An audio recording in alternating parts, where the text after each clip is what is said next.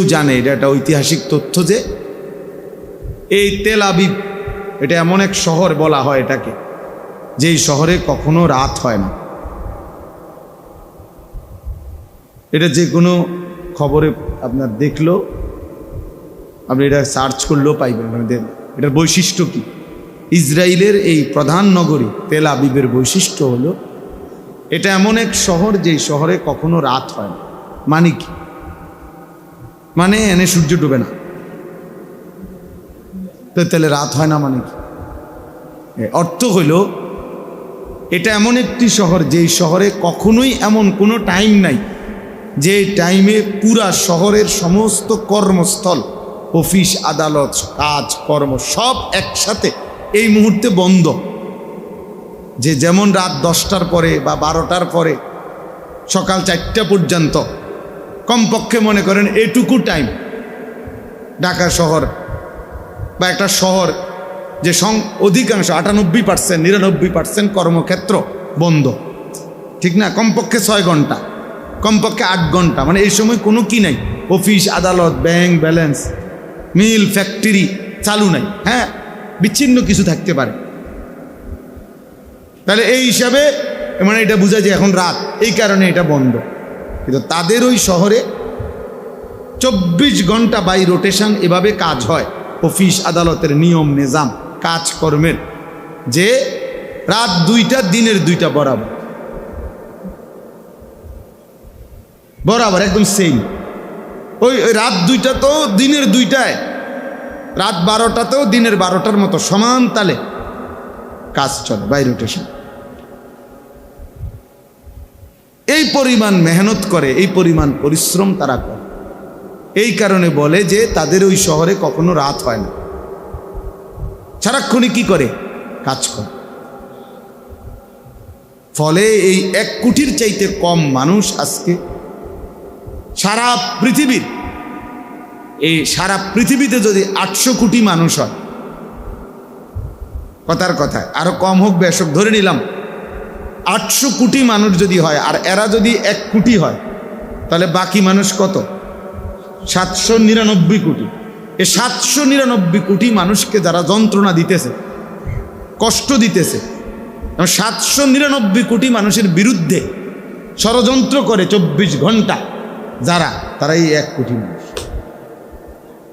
তাদের যন্ত্রণা থেকে, তাদের ষড়যন্ত্র থেকে, তাদের ফাঁদ থেকে মুসলমানও নিরাপদ না, খ্রিস্টানও নিরাপদ না, অন্য কোনো জাত ধর্মও কি না নিরাপদ।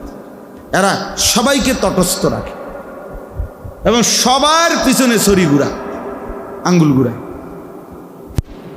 পৃথিবীর যেখানে যা হয় তার পিছনে তাদের হাত আছে। বিশৃঙ্খলা যেই কোনো ছোট বড় দেশে যত রকমের বিশৃঙ্খলা, এর মধ্যে তাদের ইন্ধন আছে। এত সাংঘাতিক, এত ভয়ঙ্কর, জঘন্য। তো আমার বলার উদ্দেশ্য হলো তাদের এটা মন্দ দিক, কিন্তু তারা পরিশ্রমী। বোঝেন না কথাটা? পরিশ্রমী। কিন্তু আমাদের হালাত হলো, আমাদের অবস্থা হইল, আমাদের সংখ্যাগরিষ্ঠ এবং মূল সন্তান যারা, অর্থাৎ কিশোর যুবক, যেটা হইল মূল কর্মের টাইম, পরিশ্রমের টাইম, গড়ার টাইম, গায়ে গতরে খাটনের টাইম, এরা হইল সংখ্যাগরিষ্ঠ অকর্মণ্য অপদার্থ। এদের জীবনের কোনো লক্ষ্য নাই, উদ্দেশ্য নাই। একজন বাবা কষ্ট করে হয়তো বিদেশ করতেছে, এই একজন বাবার বিদেশের উপার্জনের উপরে সংসারের 6টা অপদার্থ মোবাইল টিপে আর খায়, ঘুমায়, আর ওই বেচারার ঘাম বাইয়া বাইয়া পড়ে। এই হল, যার ফলে আফসুস ছাড়া, নাহলে আমাদের যথেষ্ট পরিমাণ জনশক্তি আছে, আমাদের কিশোর আছে, আমাদের যুবক আছে, মেধা আছে, বুদ্ধি আছে, শরীরের সক্ষমতা আছে, সব আছে, কিন্তু আমরা পিছিয়ে পড়ি কেন? পিছানো কেন? আমরা আগাইতে পারি না কেন? কারণ আমাদের কর্মের উদ্দীপনা কম, মেহনতের জজবা কম। পরিশ্রমের মানসিকতা কম, অলসতা, অবহেলা, অকর্মণ্যতা, গাফলত, খামখেয়ালি, শাহওয়াত, লজ্জাস্থানের শাহওয়াতের সামনে, যৌন শাহওয়াতের সামনে আমাদের সারাক্ষণ ব্যস্ততা। আমাদের মূল অংশ, যে আমার কাছে একটা কিতাব আছে লিশাবাবি ফাকাত, শুধুই যুবকদের জন্য, একটা আরবি বই।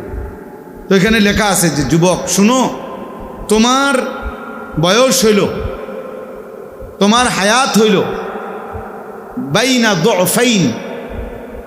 আল্লাহ তাআলা কোরআনুল কারীমের মধ্যে বলছে যুবকের বয়সটা হইল দুই দুর্বলতার মাঝের সময়। অর্থাৎ যুবক তুমি, তোমার বয়সটার দুই পাশেই দুর্বলতা। এক পাশ হইল শিশুকাল, সেটাও দুর্বলতার সময়, আরেক পাশে হইল বৃদ্ধকাল, ওইটাও দুর্বলতার সময়। মাঝখানে সক্ষমতার সময়টাই হলো তোমারটা। কাজে কাজ করা, মেহনত করা, পরিশ্রম করা, এই সময়টাই হলো তোমার, এই দায়িত্বটাই তোমার। গড়া, সাজানো পৃথিবীকে, দিনকে, ধর্মকে, এটা তোমারই দায়িত্ব। কোরআনুল কারীমের মধ্যে আছে আল্লাহুল্লাযী খালাকাকুম মিন দুফিন, সূরা রোমের মধ্যে আছে আল্লাহ তোমাদেরকে সৃষ্টি করেছেন দুর্বলতা, মানে দুর্বল অবস্থায়। দুফ এই প্রথম, মানে শিশুকাল। সুম্মা জাআলা মিন বাদি দুফিন কুওয়াতান, অতঃপর আল্লাহ তাআলা তোমাদের সেই দুর্বলতার উপরে দিয়েছেন কুওয়াতান, শক্তি। ভাই আমার একটা অনুরোধ হলো, ছাত্র নিলে একবারে নেন, একটু পর একজন একজন করে উঠাইয়েন না। আপনার ছাত্র ওস্তাদের সদবদর তো ভালো লাগতেছে না।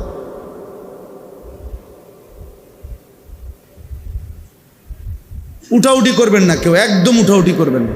এটা কোনো 3 ঘন্টার জন্য বসছি না, বসছি অল্প একটু টাইম। আমি আপনাকে চাইতে বেশি ঘড়ির দিকে তাকাইতেছি। আলহামদুলিল্লাহ, আমি তো ভাবছি হবেই না, যে এই বৃষ্টি নামছে। এরপরও ওরে বললাম যে জি গাও মৌলানা আব্দুল কাইয়ুম সাহেবরে, আইতাম না, যাই বাজিয়ে ঘুমাইতাম। এরপরে হে বলছে না হুজুর যাইতেন কইছে। আমি যাক যাই তাইলে।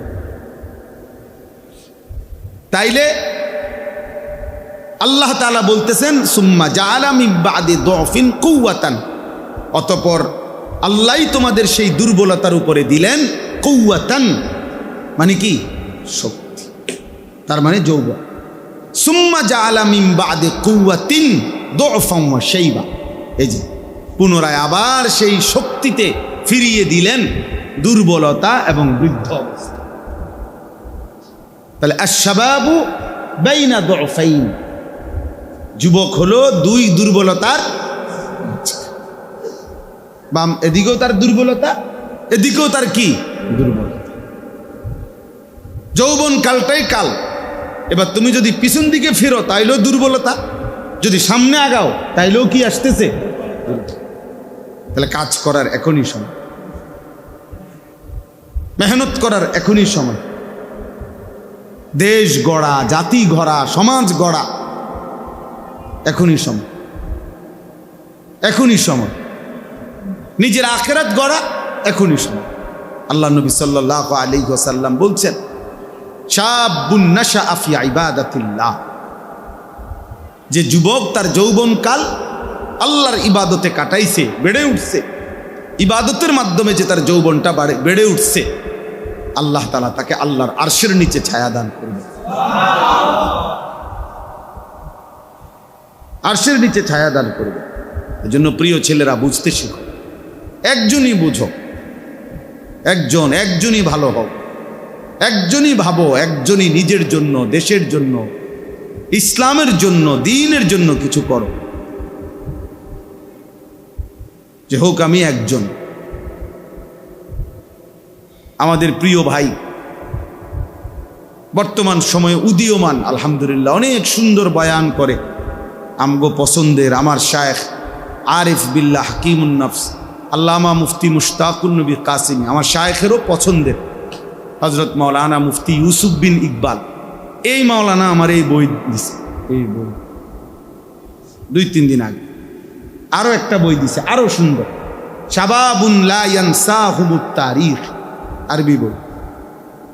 ওই যুবকরা 1450 বছর ইসলামের ইতিহাসে, ওই যুবকগণ ইতিহাস যাদেরকে কখনোই ভোলে নাই। কি বই, শাবাবুন লা ইয়ানসাহুমুত তারিখ। সেই যুবকগণ মানে সাহাবীদের থেকে নিয়ে ধারাবাহিকভাবে অনেক নওজোয়ান, ওনাদের জীবনী, যাদেরকে ইতিহাস কখনোই কি করে নাই, বলে নাই। অর্থাৎ তারা তাদের যৌবনকালে এমন অমর কীর্তি, এমন অমর হিম্মতের বিষয় পৃথিবীতে উপস্থাপন করেছেন যে পৃথিবীবাসী যুগ যুগ ধরে, 1000 বছর ধরে তাদেরকে মনে রাখছে, স্মরণ করে। আল্লাহ তাআলা আমাদের এই প্রিয় মাওলানাকেও উত্তম বদলা দান করে। তো আমি বলতেছিলাম যে আমার কথার প্রসঙ্গ ছিল ওই মোবাইলের, এটা দেখা বিরক্ত লাগছে, দেখা বলছে ফাগরি মাথার দৈন্য ছাত্র মাশাআল্লাহ দাঁড়াইয়া মোবাইলের এমনভাবে চাইতেছে, এটারে মানে বাড়াইতেছে, কমাইতেছে, খুব মনোযোগ। আমার মনে হয় না পড়া এত মনোযোগ দিয়া পড়ে। এটা পাইয়া যে সে কি খুশি হয়েছে, যিনি তার হাতে এটা দিছেন উনি তার সবচেয়ে বড় এহসান করছে। এবং কে দিছে আমি তাও দেখছি, অনেক বড় কল্যাণ করছে ওই ছাত্রের, যে তাকে সবার সামনে বুঝাইছে যে তুমি কি সুন্দর মোবাইল করতে উঠাইতে পারো। আল্লাহ দুইজনকেই বুঝলাম। তো আমি আপনাদের কাছে এটা বলতে চাই, আল্লাহ তাআলা বলছেন রব্বুকা ইয়াখলুকু মা ইয়াশাউ ওয়া ইয়াখতার। এটার আলোকে বলতেছিলাম যে আল্লাহ তাআলা এই আয়াতের মধ্যে বলছেন, যে আয়াত আমি পড়ছি, ইন্না ইদ্দাতাশ শুহুরি ইনদাল্লাহি 12 শাহরান, নিশ্চয়ই আল্লাহর নিকট মাসসমূহের গণনা 12। কত? তাহলে এই 12 মাস, পৃথিবীতে যে 12 মাসে বছর হবে, 12 মাসের হিসাবে চলবে, এটা কে নির্ধারণ করে দিছেন? সময় আল্লাহ ঠিক করে দিছে। সময় আল্লাহ, সময় কার? এই জন্য বাবা এটা বুঝাও, এই এক কথা জীবনের জন্য যথেষ্ট, যে আমার হায়াত, আমার জীবন মানে আমার সময়, আমার সময় মানে আমার জীবন, জীবন মানেই সময়, সময় মানেই জীবন। জীবনের কদর করা মানে সময়ের কদর করা, সময়ের কদর করা মানে হায়াতের, জীবনের কদর। যেমন আমরা দুনিয়াতে দেখি অহরহ বয়স্ক মানুষ অসুস্থ হয়ে যায়, দুর্বল হয়ে যায়, তো তখন ওই মানুষটাই বলে দোয়া করো আমার আর সময় নেই, আমার আর কি নেই, এ মানে হায়াত নেই। এই তো বুঝাইতে চায়, আমার আর সময় নাই মানে কি, আমার আর হায়াত, আমার আর বেশি দিন বাঁচতাম না। একেবারে মারাত্মক অ্যাক্সিডেন্ট অথবা মারাত্মক কোনো অসুস্থ ব্যক্তি এটা বলে দোয়া করো আমার আর কি নাই, সময় নেই, আমি আর বেশিক্ষণ বাঁচবো, আমার আর হায়াত নেই। তাহলে জীবন মানে সময়, সময় মানেই জীবন। এজন্য হায়াতের কদর করা, সময়ের কদর করা, সময়কে বুঝা, সময়ের কদর উপলব্ধি করা অনেক বড় নিয়ামত, অনেক বড় নিয়ামত, অনেক বড় নিয়ামত। ইমাম শাফি রহমতুল্লাহি আলাইহি বলছেন, আমি সারা জিন্দেগি বুজুর্গদের কাছ থেকে যা অর্জন করছি, সেই অর্জনের মধ্যে শ্রেষ্ঠ যে কথা আমি শিখছি, একজন বড় ইমাম মুজতাহিদ তিনি বলছেন, আমি আমার সারা জিন্দেগি এলেম শিখতে গিয়ে আল্লাহওয়ালাদের কাছ থেকে যা শিখছি, তার মধ্যে সবচেয়ে বড় যে কথাটা শিখছি সেটা হলো আল ওয়াক্তু সাইফুন, সময় হলো তরবারির মতো, ইনলাম তাকতাহু কাতাআকা, তুমি যদি সময়কে না কাটো সময় তোমাকে কেটে ফেলবে। অর্থ হইল তুমি যদি তোমার সময়কে না ভাগ করো কাজের জন্য, নিজের জিন্দিগির জন্য, তাহলে সময় তোমারে কাটতে কাটতে পার হয়ে যাবে। আমাকে হিসাব করতে হবে, আমি 20 মিনিটে খানা খাইতে হইব, আমার টার্গেট আমি 3 ঘন্টা বিশ্রাম করবো, তো ঠিক 3 ঘন্টার ব্যবধানে আমার উঠতে হইব। এর জন্য আমার মোবাইলে যত রকমের অ্যালার্ম দিতে হয় আমার দিতে হইব। আমার ফজরের নামাজের জামাত 4:45, তাহলে কাজে 4:30 আমারে কি করতে হইব, উঠতে হইব। এটা আমার হিসাব করতে হইব। কাজে আমার ঘুম সাফ হোক বা না সাফ হোক, টাইম কম থাকুক বা না থাকুক আমাকে উঠতে হবে। আমি কালকে রাত্রে 3টায় ঘুমাইছি বরাবর, তো আমি আবার ফজরের নামাজের জামাত ধরছি 45-এর জামাত। তাইলে ঠিক আমার এটা হিসাব, আমার আপনার 3টা অ্যালার্ম বাজে। ওই যে আমি যে বেশি দেরিতে ঘুমাই, আমার এই ছোটো মোবাইল এইটাতে অ্যালার্ম বাজে, আমার বিবির মোবাইলটার মধ্যে অ্যালার্ম বাজে, আবার একটা এমনি গড়িওয়ালা খুব আওয়াজ, ভয়ঙ্কর আওয়াজ, ওইটাতে অ্যালার্ম বাজে। সব দিবা যাইয়া এরপরে উঠি, কারণ যখন ঘুমাই তখন আর থাকে 1 ঘন্টা বাকি, কখনো 50 মিনিট সময় ঘুমাই, আবার এতক্ষণ বইও থাকতে পারি না। মানে এই 1টা ঘন্টা যে বসে থাকুম শরীরের পক্ষে আর এত সারা রাত সারাদিন মেহনত করে গিয়া আর কুলাইতে পারি না। তাইলে কিন্তু আমাকে তো উঠতেই হবে, এটা আমার জিম্মাদার। তাইলে ইমাম শাফি রহমতুল্লাহ আলাইহি বলেন, তুমি যদি সময়কে না কাটো, মানে ভাগ না করো তোমার জিন্দিগির জন্য, তাহলে সে তোমাকে কাটতে কাটতে তোমার উপর দিয়ে কি হয়ে যাবে। এটার সহজ প্রমাণ হলো, সবচেয়ে সুন্দর উদাহরণ হলো ওই দেওয়াল ঘড়ি। রাত্রেবেলা অন্ধকারে লাইট নিভাই ফেললে, একাকী হলে, চারিদিকের আওয়াজ বন্ধ হয়ে গেলে কেউ খেয়াল করে দেখবেন দেওয়াল ঘড়ি তখন এই সেকেন্ডের কাটাটা কাট কাট কাট করে একটা কট কাট আওয়াজ শোনা যায়। আমি প্রায় এটা মনোযোগ দিয়ে শুনি, আমার বাসায় ভাল লাগে। আমার কাছে এটা ভাবি আরই যে আমারে সময় আমারে কাটতে কাটতে কি করতেছে, চলে এই সেকেন্ড ঘুরছে, মানে আমার হায়াত, আমার হায়াত, আমার ঘন্টা চলে যাচ্ছে, আমার মিনিট চলে যাচ্ছে, আমার মিনিট চলে যাচ্ছে। আমি যখন বাসার থেকে আজকে বের হয়েছি তখন বাজে 12:30, এখন বাজে কি 8টা, 7:50। তাইলে এই সময় আমার উপর দিয়ে কি আমার হায়াত থেকে কমাই দিল। এই জন্য আল্লাহ তাআলা বলেন, আসমান জমিন সৃষ্টির সূচনা থেকেই আমি আমার তাকদীরের ফয়সালা অনুপাতে 12টি মাস নির্ধারণ করেছি। মিনহা আরবাআতুন হুরুম, আর এই 12টি মাসের মধ্যে আমি আল্লাহ তাআলাই 4টি মাসকে সম্মানিত করেছি। কয়টা মাস? যালিকা দ্বীনুল কাইয়্যিম, আল্লাহ বলে এটা আমার অকাট্য বিধান। মানে মাস হবে 12টা, আর এই 4টা মাস থাকবে সম্মানিত। এটা কখনোই নড়চড় হবে না, নড়চড় হবে না। 11 মাসও হবে না, 13 মাসও হবে না, 13 মাসও হবে না। একবার আপনার আমাদের এই বাংলাদেশে 1 ঘন্টা কমায় দিছিল, মনে আছেন আব্দুল কাইয়ুম ভাই? আহা মুসিবত কাহাকে বলে, 1 ঘন্টা কমায় দিছিল। তখন এই যন্ত্রণায় আমরা তখন এমন বিপদ ছিল যে আপনার তখন বলতে হইতো প্রত্যেক কাজে, আগের 9টা না অনের 9টা, আগের 10টা নাকি এখনকার 10টা, আগের 11টা নাকি অনকার 11টা, এইটা বলতে হইতো।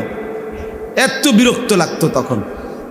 তো আল্লাহ তাআলা বলেন, যালিকা দ্বীনুল কাইয়্যিম, এটা আমার অকাট্য বিধান যে এটা নড়চড় হবে না। এইবার আল্লাহ তাআলা বলেন, এই যে কথাটা আমার বলার উদ্দেশ্য, ফালা তাজলিমু ফীহিন্না আনফুসাকুম, এই কথাইটা বলার জন্য এটা পড়ছি। আল্লাহ তাআলা বলেন, অতএব হে আমার বান্দাগণ, সম্মানিত ওই 4টি মাসে তোমরা গুনাহের মাধ্যমে, আমার আমল বর্জনের মাধ্যমে এবং গুনাহ করার মাধ্যমে নিজের উপরে জুলুম করো না, নিজেরে বরবাদ করো না। ফালা তাজলিমু ফীহিন্না আনফুসাকুম, ওই মাসগুলোতে তোমরা নিজের উপরে কি করো না, জুলুম করো না। মানে জুলুম কিভাবে করবে? 2 ভাবে। এক হলো কর্তব্য করণীয়গুলো ছেড়ে দেওয়ার মাধ্যমে, 2 নিষেধগুলো করার মাধ্যমে। নিষেধগুলো যা আমার, তা যদি করো এটাও যেমন নিজের উপরে জুলুম করলা, আমার আদেশগুলো যা করো নাই তো এটাও নিজের উপরে কি করলা, জুলুম, জুলুম করো। ফালা তাজলিমু ফীহিন্না আনফুসাকুম, তোমরা নিজের উপরে জুলুম করো না। তাইলে এই 12টি মাস যেটা মুহররম থেকে শুরু হয়েছে, জিলহজ মাসে আইসা শেষ হয়, এই 12টি মাস আল্লাহ তাআলার পক্ষ থেকে নির্ধারণ করা। আর ওই 4টা মাস সম্মানিত মাস। তো সেই 4টা মাস কোন 4টা মাস, এটা নবীজি সাল্লাল্লাহু আলাইহি ওয়াসাল্লাম স্পষ্টভাবে হাদিসের মধ্যে তিনি বলে দিয়েছেন। নবী সাল্লাল্লাহু আলাইহি ওয়াসাল্লাম বলছে সালাসুন মুতাওয়ালিয়াত, 3টি মাস হচ্ছে ধারাবাহিকভাবে।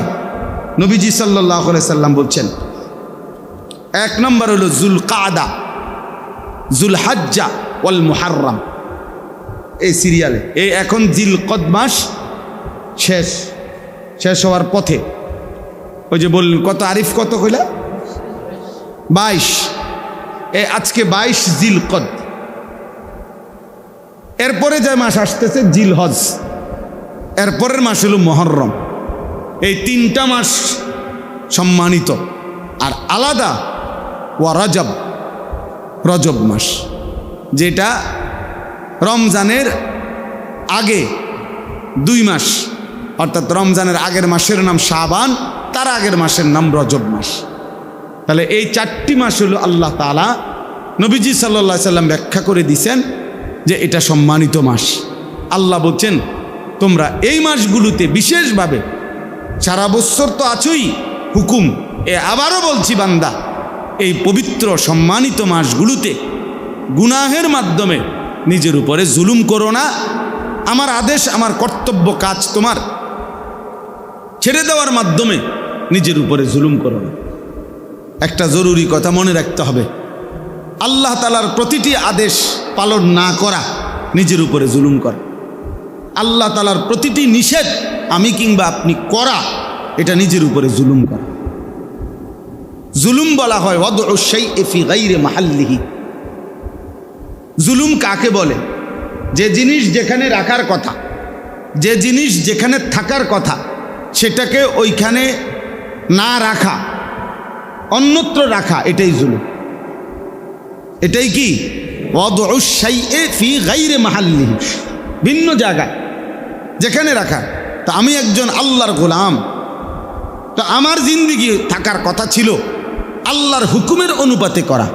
তিনি করতে বলছেন আমি করব, তিনি নিষেধ করেছেন আমি ছাড়ব, এটাই তো আমার পরিচয়।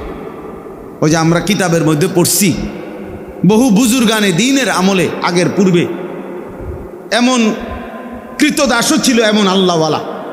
পূর্ববর্তী জামানায় চাকর, গোলাম, কৃতদাসও ছিল এত বড় দিনদার, এত বড় দিনদার যে সে কৃতদাসকে কোনো আল্লাহওয়ালা বাজার থেকে কিনছে, গোলাম কিনে জিজ্ঞাসা করছে তোমার নাম কি? বলছে গোলামের আবার কোনো নাম কি? মনিব তাকে যে নামে ডাকে সেটাই গোলামের নাম।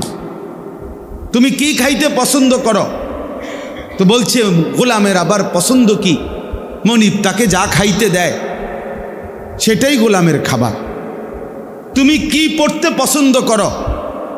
বলছে না, গোলামের আবার ব্যক্তিগত পোশাক কি, পছন্দ কি? মনিব তাকে যা পড়তে দেয় এটাই তার গোলামের কি পছন্দ। তখন ওই বুজুর্গ চিৎকার করে কানছে আর বলছে হায়, এক কৃতদাস মহান আল্লাহকে যে পরিমাণ চিনছে, বা কমপক্ষে মনিবকে যে পরিমাণ চিনছে, আমি যদি আমার মনিবকে এই পরিমাণ চিনতাম কত না ভালো হইত, কত না ভালো হইত, কত না উত্তম হইত।